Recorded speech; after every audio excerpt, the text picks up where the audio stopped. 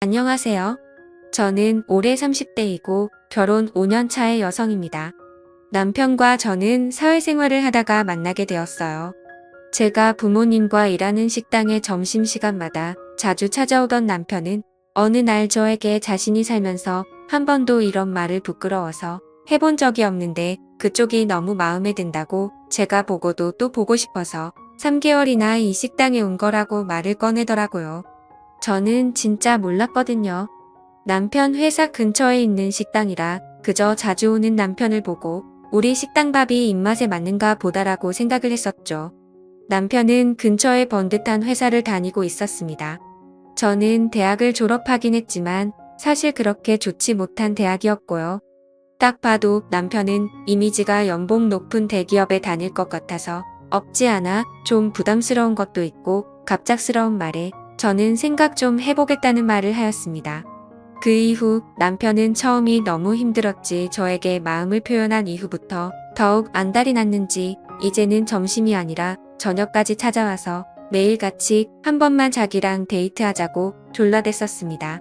결국 저의 부모님도 알게 되시고는 너털웃음을 지으시면서 그래 저렇게 매달리는데 한 번은 만나 줘보라고 말씀하시며 저 사람이 어떤 사람인지 기회는 줘도 되지 않겠냐는 말에 저는 기회는 무슨 그저 너무 잘난 사람이라 내가 나중에 까일까봐 걱정이라는 말에 부모님이 쓴웃음을 지으시더군요.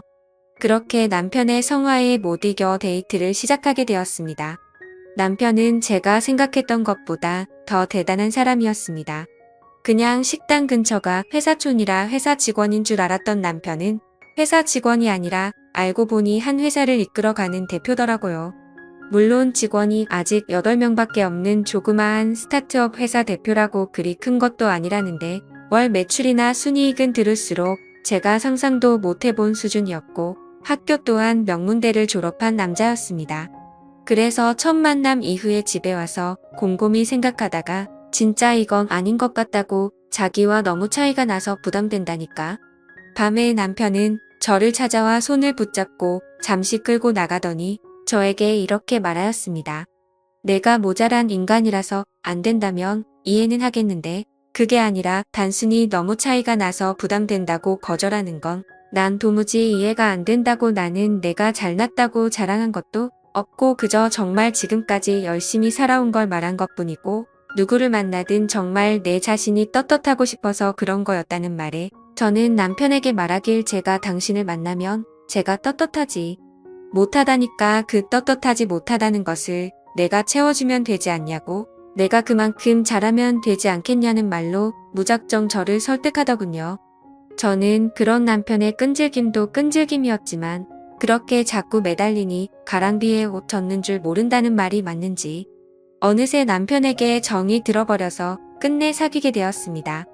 솔직히 사귀면서 제 속마음은 내심 그저 저를 한두 달 만나다가 지치게 되면 금방 헤어지겠지라는 생각을 했지만 생각과 다르게 저희는 1년이라는 시간을 만나게 되었고 남편은 저에게 프로포즈까지 해서 결혼까지 하게 되었습니다.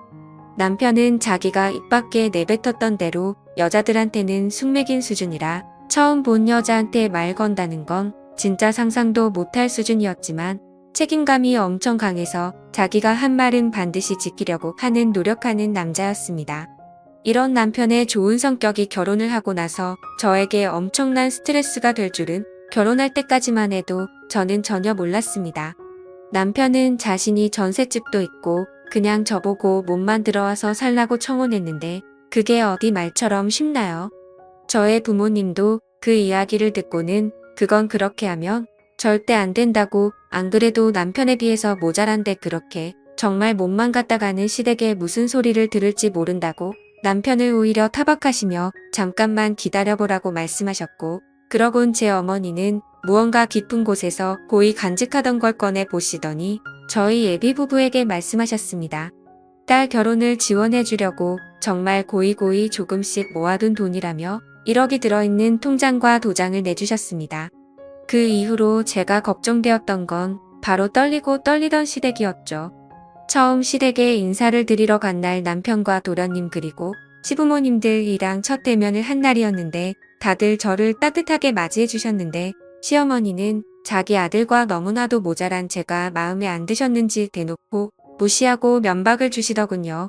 시댁이 잘 사는 줄 알았지만 그것도 아니었습니다. 남편 스스로가 성공해 나가는 과정이라 본인 전세와 집 그리고 모은 돈이 꽤 있을 뿐이지 시댁은 그저 평범한 집안이었고요. 남편이 버는 돈의 일정 부분을 시댁 살림살이 넉넉해지도록 지원해주는 수준이었습니다. 시댁의 차와 가구, TV 등 전부 다 남편과 도련님이 해준 거더라고요.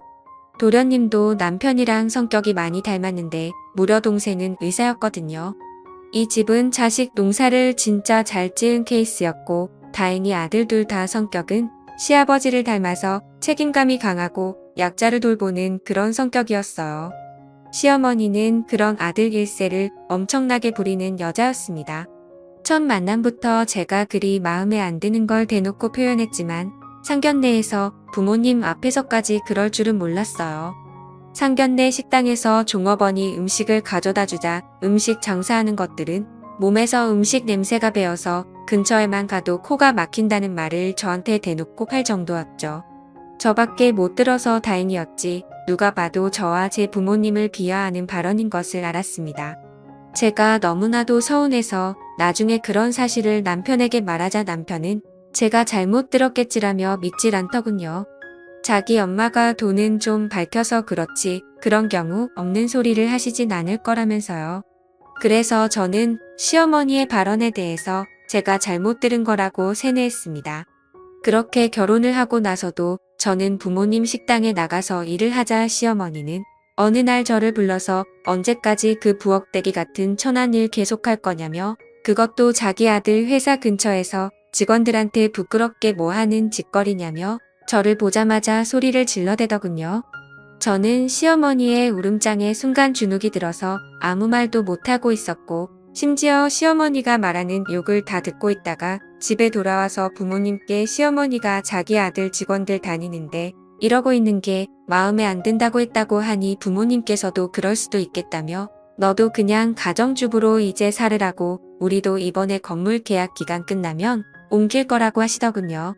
사실 저 때문에 옮긴 거였죠. 남편은 그 사실을 알고는 저의 부모님을 찾아가 말리려 했지만 막무가내로 진짜 부모님은 이사를 가셨습니다. 그때부터 저는 부모님 가슴에 못을 박았나 봅니다. 남편은 이왕 이렇게 된 거 그냥 저보고도 애 낳고 집에서 아이 육아에 힘써주면 훨씬 더 좋겠다며 자신이 더 열심히 일하겠다고 했습니다. 그렇게 제가 일을 안 나가게 된 남편은 빠르게 아이를 가지고 싶어 했고 그렇게 저는 2달도 채 지나지 않아서 아이를 임신하게 되었습니다. 근데 제가 집에서 쉬고 있는 게 그리 못마땅한지 그때부터 시어머니가 저를 매일같이 불러대더군요. 저희 집에서 시어머니 집 가려면 나름 거리가 있는 1시간 거리인데 그걸 하루 이틀도 아니고 매일같이 불러대서는 저에게 말하길 더 잘하는 일이나 한번 해보라고 말을 하더군요. 그게 무슨 말씀이시냐니까 시어머니는 저에게 짜증 난다는 표정으로 얘가 왜 이리 말귀를 못 알아들어 음식 만들고 청소하고 그게 너가 식당에서 하던 거잖아라고 소리를 지르며 저를 그때부터 자기 신모처럼 부려먹기 시작하더군요. 그렇게 차비조차도 안 주면서 줄곧 불러내서 저를 막무가내로 부려먹었습니다. 그래도 배가 부르기 전까진 참았는데 어느덧 임신한 배가 점점 불러오고 제가 점점 몸이 무거워서 아이 때문에 몸도 무겁고 겁이 난다고 집에서 좀 쉬고 싶다고 말을 해도 시어머니는 저한테 소리를 질러대며 지금 시어머니 말 무시하냐고 그깟 애 하나 배웠다고 요새 떠는 거냐고 누구는 애 안 낳아봤냐고 꾀병 부리지 말고 당장 튀어오라는 말에 어쩔 수 없이 끙끙대며 몇 번 더 가게 되었고 뒤늦게나마 남편이 그 사실을 알고 시어머니랑 대판 싸운 걸로 합니다. 그 이후로 시어머니는 제가 출산하기까진 안 불렀지만 남편에게 요구하는 게 한두 가지가 아니었어요. 매달 남편이 200만 원이나 용돈을 시어머니한테 챙겨주는데도 불구하고 생일이면 명품백을 받고 싶다는 등 누구 가족이 이번에 1,000만 원 들여서 하와이 여행을 갔는데 그렇게 좋았다는 등 비행기에서도 좌석 등급 중에 퍼스트 클래스가 그렇게 좋다면서 남편을 계속 압박하는데 저는 문득 아직도 기억나는 게 저랑 남편 아들은 저렴한 이코노미 좌석을 타고 어머니 아버지만 그 비싼 돈 있어도 타기가 부담된다는 1,000만 원도 넘는 퍼스트 클래스 좌석을 끊어들여서 유럽 여행을 간 적이 있습니다. 시어머니는 처음 퍼스트 클래스 좌석을 타고더니 앞으로 자기는 싸구려 저렴한 좌석은 못 타겠다며 좁디 좁은 이코노미 좌석을 타고 온 저희 부부에게 어찌나 자랑을 하는지 진짜 배알이 꼴리더라고요.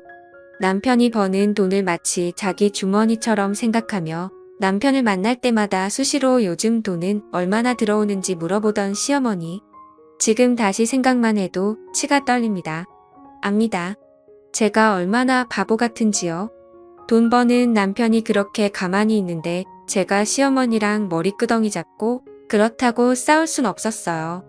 아니 미련하고 바보라서 용기가 안 났었던 게 맞았습니다. 그렇게 5년을 살았는데 둘째 도련님께서 드디어 장가를 가시게 되었습니다. 상대방은 도련님과 같은 의사라고 하더군요. 저희 둘째 도련님도 바보라고 해야 될지 착하다고 해야 될지 자신이 의사가 돼서 버는 모든 돈을 모두 시부모님께 맡기고 그 통장을 알고 보니 시어머니가 다 관리했다고 하더군요. 웃긴 게 결혼할 때 이 미친 시어머니가 그 둘째 도련님의 돈을 다 써버려서 집안이 아주 발칵 뒤집히며 난리가 났었죠. 뭐 시어머니 말로는 주식 투자한다고 어디 넘어가서 묻어놨는데 지금 5분에 한 토막이 되어서 뺄 수가 없다며 난리치는 시어머니에게 시아버지가 이혼한다고 소리 지르고 집안이 아주 개판 난리가 났었습니다. 결국 착한 아들 둘이 그런 아버지를 말리고 도련님은 돈이야 뭐 다시 벌면 된다 말하고 제 남편이 급한 대로 일단 도련님에게 돈을 빌려주었습니다. 정말 이 사건 덕분에 그동안 시어머니가 관리하던 도련님 통장 그대로 돌려받았다네요. 새로 들어온 동서는 누가 봐도 저와는 완전 다른 당당하고 멋진 여자였습니다. 정말 저 같은 여자랑은 차원이 다른 본인 자신에 대한 자신감이 매사에 넘치는지 기죽지도 않고 자신감 있게 답변을 다 했고 시어머니는 그런 동서가 마음에 안 드는지 동서가 나가고 나서 이죽이면서 한다는 말이 어디 어린 것이 새파랗게 눈을 뜨고 또박또박 말대꾸를 하냐며 혼잣말을 하는데 참 진짜 자기 꼴을 모르더군요. 그때부터 시어머니의 어죽자는 동서 길들이기가 시작되었습니다. 저한테 한 짓거리를 동서한테 똑같이 하려 했지만 동서는 저와 다르게 만만치 않았어요. 시어머니 전화를 대놓고 무시하며 일한다고 바쁘다고 받지도 않았어요.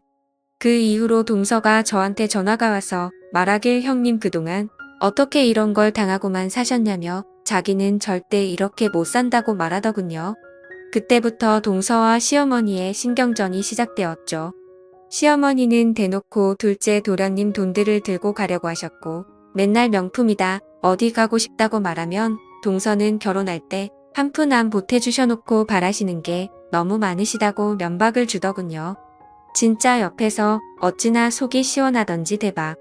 시어머니는 동서에게 그 말을 듣고는 얼굴이 울그락불그락해져서는 시어머니 말이 말 같지 않냐고 소리를 질러댔고 동서 역시 안 진다는 말투로 말 같은 소리를 해야 말을 듣죠. 어머님이 어디 나가서 1,000만 원 벌어와 보세요. 자기들 결혼식에 주식 도박질이나 하시다가 아들 돈까지 다 날려서 사실상 도움 하나도 준 것도 없으시면서 맨날 명품의 해외여행에 현실적으로 드라마 좀 그만 보시고 이제는 좀 정신 차리시라고 동서가 시어머니에게 쏘아붙이자 내심 저의 남편과 둘째 도련님도 맞다고 생각하는지 동서를 말리기는커녕 아무 말도 안 하고 있자 시어머니는 아이고 늙으면 죽어야 된다고 하더니 갑자기 짐을 싸서 나가버리더군요. 와, 그날 동서랑 전화하면서 너무 속이 시원해서 고맙다고 했었죠. 그러더니 결국 사고를 쳤습니다. 이 미친 시어머니가 둘째 도련님 집에 찾아와서는 도련님한테 전화해서 음식을 사왔는데 정말 맛있는 거라고 집에 놔두고 갈 테니 집 현관문 비밀번호를 받아서 아무도 없는 집에 문 따고 들어가 옷과 반지랑 돈 되는 귀중품 싸그리 도둑질해서 나간 거였죠. 뭐 자기 딴에는 자기 아들과 며느리가 고소하겠냐 싶었겠죠. 화가 나서 저질렀다는 건 아는데 저희 동서가 보통 동서인가요? 바로 경찰에 신고하고 잡혀 들어가자 장난이었다고 했지만 이미 몇 개는 팔아서 돈까지 쓰기도 했는데 화가 나서 저질렀다는데 그게 말이 됩니까? 시어머니는 동서를 째려보며 말했습니다. 니네 부모가 얼마나 막대 먹은 부모들이길래 자식 새끼들도 이따위로 키웠냐고 말하며 갑자기 동서 뺨을 때렸고 동서는 맞자마자 그대로 시어머니의 뺨을 한 대도 아니고 두 대를 후려갈겼습니다. 동서의 이런 행동까지는 전혀 생각 못한 시어머니는 자기의 빨개진 뺨을 두 손으로 당황해하며 부여잡았고 그 시어머니를 차가운 눈빛으로 바라보며 동서는 말하였습니다. 지금 시어머니가 선을 넘어도 제대로 선 넘은 거라고 절대 합의란 없고 무조건 감옥 보낸다고 말하자 시어머니는 동서에게 뺨 맞은 현실이 아직도 믿기지 않은지 멍하니 있더군요.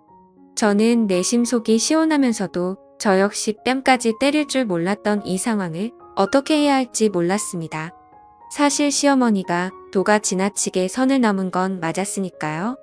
속으론 박수라도 치고 있었네요. 도련님과 남편도 시어머니가 명확히 잘못한 거라 뭐라 말도 못하고 속은 시원한 것 같긴 한데 자기를 낳아준 엄마니까 표현은 대놓고 못하는 그런 상황이 되자 시아버지는 막내 도련님 보고 미안해 내가 달래주라고 말씀하시며 저에게도 집에 일단 돌아가라고 말씀하셨습니다.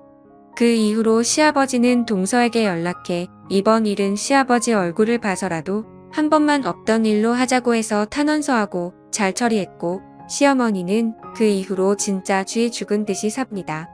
시아버지가 한 번만 더 집안 분란 일으키면 쫓아낼 거라고 으름장 났다네요. 저희한테 연락도 안 하고 이제 시댁집에 가면 시어머니는 그냥 조용히 식사만 하고 쥐 죽은 듯이 지냅니다. 자만을 높은 줄 모르고 날뛰시더니 모두가 자기 편 안 들어주고 도둑질하다가 며느리한테 뺨까지 맞고서야 정신을 차리다니 동서의 시원한 성격이 참 부럽습니다. 지금까지 제 사연을 들어주셔서 감사드립니다.